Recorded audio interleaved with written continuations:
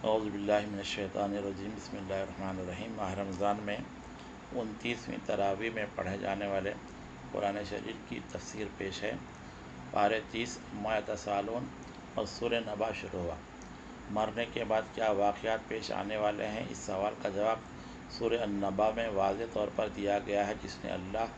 جس اللہ نے یہ سارا عالم پیدا کیا، وہ اس کو ایک دن ختم کر کے پھر از سر نو اس کو بنائے گا، اور سب انسان زندہ ہو کر میدان حشر میں جمع ہوں گے، جس دن روح اور فرشتے سب باندھ کر اللہ تعالیٰ کے سامنے کھڑے ہوں گے اور لوگوں کے نام عمل پیش ہوں گے۔ جو اس دنیا میں اللہ پر ایمان لائے اور جنہوں نے نیک کام کیے، وہ بہت کامیاب اور فائز المرام ہوں گے اور جنت میں داخل کیے جائیں گے، اور جنہوں نے اس دنیا میں کفر کیا، انہیں دوزخ میں داخل کیا جائے گا، جس کو دیکھ کر وہ کہیں گے کہ کاش کہ وہ مٹی ہوتے اور عذاب سے بچ جاتے۔ سورہ نازعات شروع ہوا۔ سورہ نازعات میں ان فرشتوں کا ذکر ہے جو اچھے اور برے لوگوں کی روح نکالنے پر معمول کیے گئے ہیں۔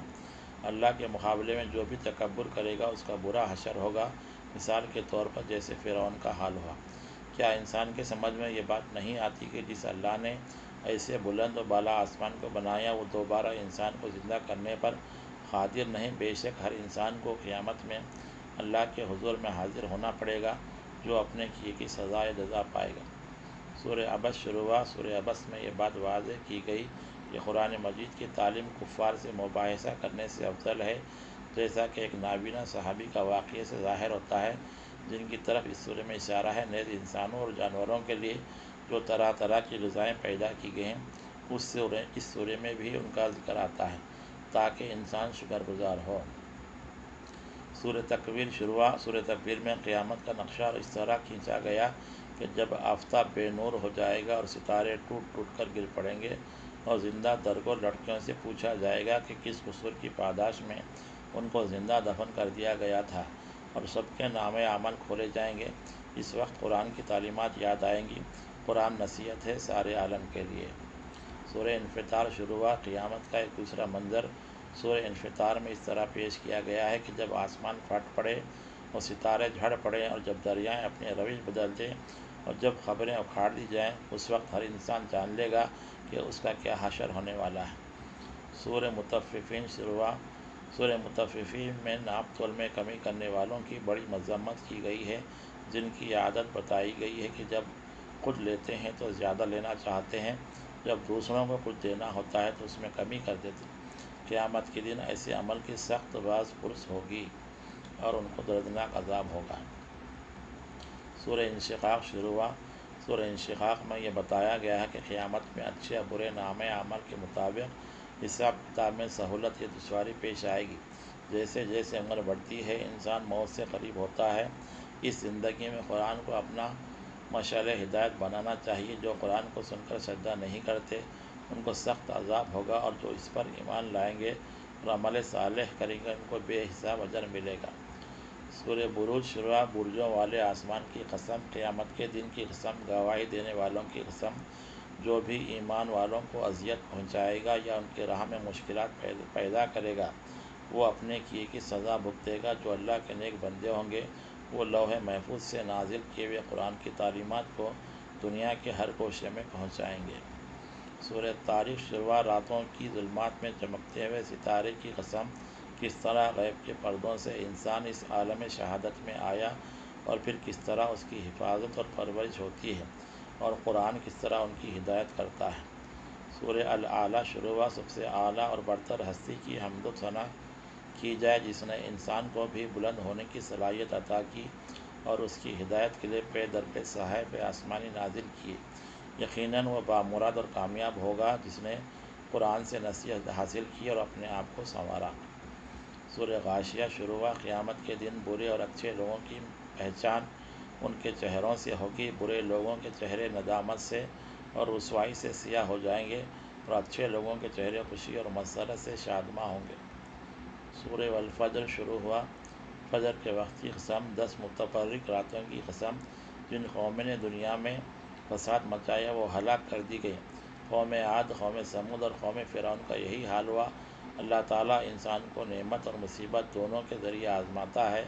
مال کی بیجا محبت انسان کو اندھا کر دیتی ہے، مگر جو لوگ اللہ کی عبادت کی طرف متوجہ ہوتے ہیں، انہیں اطمینان قلب حاصل ہوتا ہے اور اللہ کے بندے بن کر وہ جنت میں داخل ہوتے ہیں۔ سورہ البلد شروع ہوا شہر مکہ کی قسم، جہاں رسول اللہ صلی اللہ علیہ وسلم کو سخت مشکلات اور مشقت کا سامنا کرنا ہوا تاکہ اس شہر کو دارالامن بنایا جائے اور لوگوں کو ہر قسم کی غلامی سے نجات دلائی جائے اور یتیموں کو اور مسکینوں کو سہارا ملے اور انسانیت اپنے معراج کمال کو پہنچے۔ سورہ والشمس شروع ہوا۔ سورہ شمس میں اللہ تعالیٰ کائنات کی 8 چیزوں کی شہادت کے ساتھ یہ ارشاد فرماتا ہے کہ جس شخص نے تقوی اختیار کیا وہ بے شک مراد کو پہنچا، اور جس شخص نے فسق و فجور اور کفر اختیار کیا وہ نامراد اور رہا، جیسا کہ قوم سمود کا حال ہوا۔ سورہ واللیل شروع، قسم ہے رات کی جب وہ چھا جائے اور قسم ہے دن کی جب وہ روشن ہو جائے۔ جس شخص نے اللہ کی راہ میں اپنا مال خرچ کیا اور پرہیزگاری اختیار کی اور قرآن کو حق جانا وہ اعلیٰ مراتب پر پہنچا اور اللہ اس سے راضی ہوا۔ سورہ والضحیٰ شروع ہوا۔ سورہ والضحیٰ میں رسول مقبول صلی اللہ علیہ وسلم کے اعلیٰ مراتب اور اللہ تعالیٰ کی آپ سے وابستگی کا ذکر کیا گیا ہے۔ یتیموں اور سائلوں کے ساتھ اچھے اخلاق اور نرم گفتگو کو بطور خاص تاکید کی گئی ہے اور اللہ تعالیٰ کی نعمتوں کا بیان کرتے رہنے کے لیے ارشاد ہوا ہے۔ سورہ علم نشرح شروع ہوا۔ سورہ علم نشرح میں رسول اللہ صلی اللہ علیہ وسلم کے شرح صدر کی تاکید کے ساتھ ذکر کیا گیا ہے اور آپ پر جو انعامات ہوئے ہیں اور آپ کے درجات کو جس قدر بلند کیا گیا ہے ان کا بھی ذکر ہے۔ اس چیز کا بھی خاص تاکید کے ساتھ ذکر کیا گیا ہے کہ تکلیف کے ساتھ راحت ہے تاکہ صبر اور استقامت پیدا ہو۔ علاوہ ازیں اس کی بھی ہدایت کی گئی ہے جب ہم اپنی ضروریات دنیاوی سے فارغ ہو لیں تو فوراً ذکر الہی کی طرف رجوع ہوں۔ سورہ 3 شروع ہوا۔ 3 زیتون، طور سینین اور مکہ معظمہ کا واسطہ دے کر یہ بتایا گیا کہ انسان خلقتاً بلند ہے لیکن اپنے برے اعمال کی وجہ سے گھٹیا مقام پر اتر آتا ہے۔ جو لوگ ایمان لائے اور اچھے کام کیے وہ اپنے بلند مقام پر رہتے ہیں اور ان کو بے حساب اجر ملے گا۔ وہ کون سی چیز ہے جو انسان کے ذہن سے آخرت کے دن کی یاد کو بھلا سکتی ہے؟ کیا اللہ تمام حاکموں سے بڑا حاکم نہیں؟ اس کے الیس اللہ باحکم الحاکمین، اس کو پڑھنے یا سننے کے بعد یہ کہنا چاہیے انا علی ذالک من الشاہدین، یعنی اللہ تعالیٰ تمام حاکموں کا حاکم ہے۔ اللہ اکبر۔ سورہ علق شروع ہوا۔ اس صورت میں بسم اللہ کے ساتھ پڑھنے کی تاکید ہے اور اس پر زور دیا گیا کہ اللہ ہر چیز کا خالق ہے۔ انسان کو اس کی حیثیت کا احساس پیدا کیا گیا ہے، انسان کو خون کی ایک بوند سے بنایا ہے۔ کتابت اور تعلیم کی فضیلت کو بھی واضح کر دیا گیا ہے جس میں اس طرف اشارہ ہے کہ انسان ان دونوں چیزوں کا دھنی بنے۔ یہ دونوں اللہ تعالیٰ کی بڑی نعمتیں ہیں۔ انسان کو سرکشی اور دولت پر غرور نہ کرنے کی طرف بھی توجہ دلائی گئی ہے، ساتھ ہی قیامت کی بھی یاد دلائی گئی ہے کہ نماز کے پڑھنے سے روکنے اور رسول اللہ صلی اللہ علیہ وسلم کی تکذیب کرنے والوں کا برا انجام ہوتا ہے۔ بتایا گیا ہے کہ قیامت کے دن ان کو سخت ترین عذاب دیا جائے گا۔ ایسے لوگوں کی اطاعت نہیں کرنی چاہیے بلکہ اللہ کے سامنے سر جھکانا چاہیے اور اس کا قرب حاصل کرنا چاہیے۔ سورہ قدر شروع ہوا۔ سورہ قدر میں شب قدر کے فضائل بیان کیے گئے ہیں۔ اس رات کی عبادت 1000 راتوں کی عبادت سے بہتر ہے۔ اس میں قرآن مجید نازل ہوا۔ تمام رات ملائکہ اور روح اترتے ہیں اور صبح تک سلامتی نازل ہوتی رہتی ہے۔ اس رات کے متعلق علماء کا خیال ہے کہ رمضان کے آخری دہے کی تاخیراتوں میں واقع ہوتی ہے۔ جمہور کا یہ خیال ہے کہ رمضان کی 27ویں شب لیلۃ القدر ہے۔ سورہ البینہ شروع ہوا۔ سورہ البینہ میں کافروں کی ہٹ دھرمی اور رسول اللہ صلی اللہ علیہ وسلم کا قرآن پاک پہنچانے اور سنانے کا ذکر ہے اور یہ بتایا گیا ہے کہ کافر اور مشرک آگ میں داخل ہوں گے اور مخلوق میں ان کا بدترین درجہ ہے، اور جو لوگ ایمان لائے اور نیک کام کیے ان کا اعلیٰ درجہ ہے۔ نیک لوگوں کو اللہ کے پاس جنت ملے گی جس کے نیچے سے نہریں بہیں گی، وہ ہمیشہ اس میں رہیں گے۔ اللہ تعالیٰ ان سے راضی ہوا اور وہ اللہ سے راضی ہوئے اس وجہ سے کہ ان کے دل میں اللہ کا خوف ہے۔ سورہ زلزال میں قیامت کے دن کا خاکہ پیش کیا گیا ہے کہ زمین میں سخت زلزلہ آئے گا جس کی وجہ سے انسان پریشان اور پراگندہ ہو جائیں گے اور قبروں سے مرد اٹھ کھڑے ہو جائیں گے تاکہ میدان حشر میں جمع ہوں۔ اس روز جو چھوٹی سے چھوٹی نیکی کرے گا اس کو اس کا بدلہ ملے گا۔ سورہ عادیات شروع ہوا۔ سورہ عادیات میں مجاہدوں کی فضیلت اور ان کے جوش و عمل کو واضح طور پر بتایا گیا اور خاص طور پر اس طرف توجہ دلائی گئی ہے کہ انسان جان بوجھ کر ناشکری کرتا ہے اور دولت سے چمٹا بیٹھا رہتا ہے۔ حالانکہ شکر گزاری کے طور پر اس کا بھی خرچ ہو جانا چاہیے۔ دولت کی محبت میں یہ بھول جاتا ہے کوئی دولت کو چھوڑ کر قبر کا راستہ لے گا، اور جب وہاں سے اٹھایا جائے گا تو اس کے سینے میں جو دولت کی محبت تھی وہ ظاہر ہو جائے گی۔ بے شک اللہ انسان کی ہر چیز کو جانتا ہے۔ سورہ القاریہ میں انسان کو موت اور قیامت کے دن سے ڈرایا گیا ہے۔ قیامت کے دن انسان پراگندہ اور دھمکیے ہوئے اون کی طرح ہو جائیں گے۔ اس روز جس شخص کے اعمال اچھے ہوں گے وہ اچھے عیش میں ہوں گے، اور جس کے اعمال ہلکے ہوں گے دہکتی ہوئی جہنم اس کا ٹھکانہ ہوگا۔ انجام کی یہ یاد دلا کر نیک اعمال کی طرف متوجہ کیا گیا۔ سورہ تکاثر میں ذخیرہ اندوز کی حالت اور انجام بتایا گیا ہے۔ قبر کو پہنچنے تک ذخیرہ اندوز مال جمع کرتا رہتا ہے اور مرنے کے ساتھ اس کو انجام معلوم ہو جاتا ہے۔ ان لوگوں کا ٹھکانہ دوزخ ہے۔ اس وقت ان سے اس دنیا کی عیش کے متعلق بحث پرس ہوگی۔ سورہ عصر میں ایمان لانے والوں کی، صالح عمل کرنے والوں کی اور ایک دوسرے کو حق بات کہنے والوں کی اور صبر کرنے والوں کی فضیلت بیان کی گئی اور بتایا گیا ہے کہ ان کے سوا سب خسارے میں ہیں۔ سورہ حمزہ میں عیب جو غیبت کرنے والے اور ذخیرہ اندوزوں کی مذمت کی گئی ہے، بلکہ ان کے لیے سخت عذاب کی وعید کی گئی ہے۔ سورہ فیل میں اصحاب فیل کا واقعہ بیان کیا گیا ہے۔ ابرہہ حاکم یمن ایک ہاتھی اور بڑی فوج لے کر خانہ کعبہ کو گرا دینے کے واسطے یمن سے آیا تھا، اور یہ بتایا گیا کہ کس طرح طاغوتی قوتیں چشم زدن میں اللہ تعالیٰ کے حکم سے تباہ اور برباد ہو جاتی ہیں۔ سورہ قریش میں انسانوں کو تاکید کی گئی ہے کہ اللہ تعالیٰ کی نعمتوں کا شکر ادا کریں اور اللہ تعالیٰ کی عبادت کریں جس نے بھوک میں کھانا کھلایا اور خوف میں امن دیا۔ سورہ معاون میں دین کو جھٹلانے والوں، یتیموں کے ساتھ بدسلوکی کرنے والوں، مسکینوں کو کھانا نہ کھلانے والوں اور نماز میں سستی کرنے والوں، دکھاوے کے کام کرنے والوں اور صاحب ضرورت کو ضروری اشیاء فراہم نہ کرنے والوں کی مذمت کی گئی ہے۔ سورہ کوثر میں رسول اللہ صلی اللہ علیہ وسلم کو جو انعام ہے اس کا ذکر ہے۔ کوثر کی تشریح بہت طویل ہے۔ خیر کثیر کو بھی کوثر کہتے ہیں، اور جنت کی ایک نہر کا نام بھی کوثر بتلایا جاتا ہے۔ اللہ تعالیٰ کی شکر گزاری کا بہترین اظہار نماز پڑھنے اور قربانی کی ادائیگی کے ذریعے ہوتا ہے۔ اللہ کے انعام اور اس کی شکر گزاری کا لازمی نتیجہ دشمن کی تباہی ہے۔ سورہ کافرون میں اس چیز کی طرف توجہ دلائی گئی ہے کہ اگر مناسب طور پر دعوت اسلام دینے کے بعد بھی کافر اسلام کی طرف متوجہ نہ ہوں یا خواہ مخواہ کٹ حجتی کرے تو ایسی صورت میں ان سے مزید بحث کی ضرورت نہیں ہے۔ سورہ نصر قرآن پاک میں سورہ کافرون کے بعد ہے، اور اس سورہ سے واضح ہوتا ہے کہ ہم پر صحیح واجب ہے اور مناسب طور پر دعوت حق واجب ہے، اور جب ہم اس کوشش میں تھک جائیں اور کوئی مفید نتیجہ ظاہر نہ ہو تو صرف اللہ تعالیٰ کی نصرت ہی مقصد پورا کر سکتی ہے اور لوگ جوق در جوق دین میں داخل ہو سکتے ہیں۔ بس اللہ کی تسبیح اور حمد بیان کرنا چاہیے اور اس سے مغفرت مانگنی چاہیے۔ ممکن ہے کہ ہماری مساعی میں کوئی کمی رہ گئی ہو تو اللہ توبہ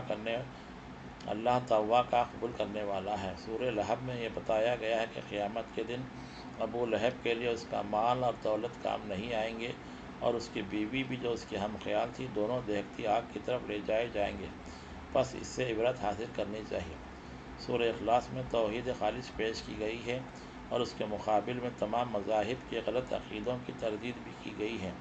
توحید باری اللہ تعالیٰ کا اس سے زیادہ مختصر اور اس سے زیادہ واضح الفاظ میں کوئی اور نظریہ پیش نہیں کیا جا سکتا، اور اس سورہ کے فضائل کئی احادیث نبوی سے ثابت ہیں۔ ظاہر ہے کہ الہ جب ایک ہے تو اس کو علت العلل ہونا چاہیے۔ اس صفت کو سمدیت کہتے ہیں۔ اس کا کوئی ہمسر نہیں ہو سکتا، اور اگر اس سے اولاد ہوتا اولاد کا بھی خدا ہونا ضروری ہوگا، اور اگر اس کا کوئی باپ ہوتا تو باپ کا بھی خدا ہونا ضروری ہوگا۔ جب باپ بھی خدا اور بیٹا بھی خدا تو نہ باپ ہی خدا اور نہ بیٹا ہی خدا۔ بس اللہ کے ساتھ باپ بیٹے کا تصور غلط اور محال ہے، اور اسی لیے کوئی اللہ کا ہم کف یا ہم پایا بھی نہیں ہو سکتا۔ قرآن مجید کی ابتدا اللہ تعالیٰ کی حمد سے ہوتی ہے، اور قرآن پاک کی آخری 2 سورتوں میں تمام برائیوں سے اللہ تعالیٰ کی پناہ میں آنے کی تعلیم دی گئی ہے۔ یہ تمام برائیاں بھی اللہ تعالیٰ کی مخلوق ہیں، اور اسی کے حکم کے بنا پر ان سے پناہ مانگی جا سکتی ہے۔ سورہ فلق میں اس تمام شر سے پناہ مانگی جاتی ہے جو کہ اللہ تعالیٰ ہی کا پیدا کیا ہوا ہے۔ تمام صفری عمل کے اثرات اس سورہ کی برکت سے رد ہو جاتے ہیں، اور حاسدوں کا حسد بھی نقصان نہیں پہنچا سکتا۔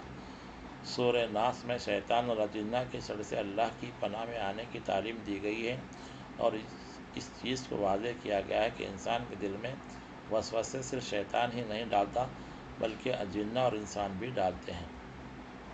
تمام وسوسوں سے بچنے کی پوری کوشش کرنی چاہیے، اور جب دل پر ان کا حملہ ہو تو اس وقت ان دونوں صورتوں کو معنوں کے ساتھ سمجھ کر پڑھنا چاہیے۔ ایک اور چیز قابل توجہ یہ ہے کہ قرآن شریف پڑھنے کے وقت یہ دونوں صورتیں آخر میں پڑھی جاتی ہیں تاکہ قرآن شریف پورا پڑھنے پر غرور اور تکبر نہ ہو، بلکہ انسان تمام شر اور وسوسوں سے اللہ کی پناہ میں آنے کی دعا بھی مانگے اور کوشش بھی کرے۔ صرف زبان سے دعا مانگنے سے زیادہ بہتر ہے کہ انسان دل سے بھی اس کو محسوس کرے اور عملی قدم اٹھائے۔ امام غزالی رحمۃ اللہ علیہ بیان فرماتے ہیں کہ اگر انسان کے سامنے شیر ہو اور وہ اگر قلعہ کے دروازے میں کھڑا ہو اور یہ کہتا رہے کہ میں قلعے کی پناہ میں آتا ہوں تو اس سے کیا فائدہ؟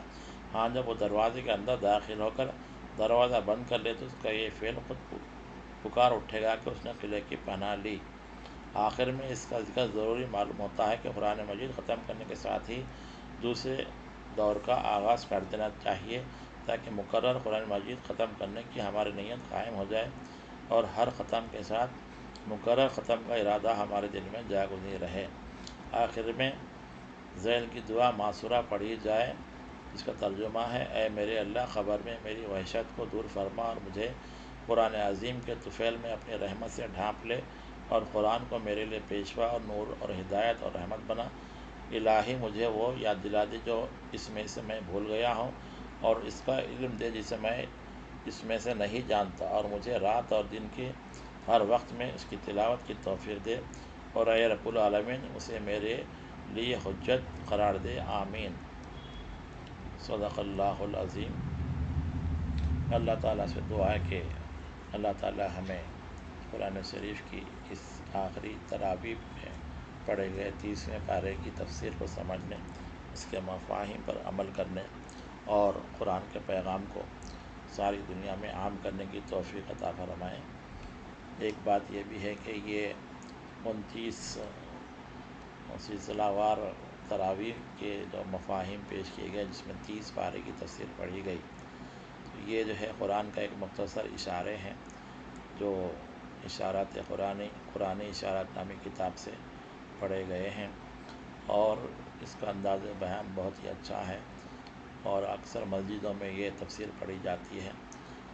اب جو لوگ مسجد نہیں پہنچ سکتے، جیسے خواتین ہیں، لڑکیاں ہیں، بچے ہیں، ان کے لیے اچھا ہے کہ قرآن کے مختصر طور پر مفاہیم کو سمجھا جائے تاکہ ہمیں قرآن میں اللہ تعالیٰ نے ہمیں کیا حکم دیا ہے اس کو سمجھنے کی توفیق ہو۔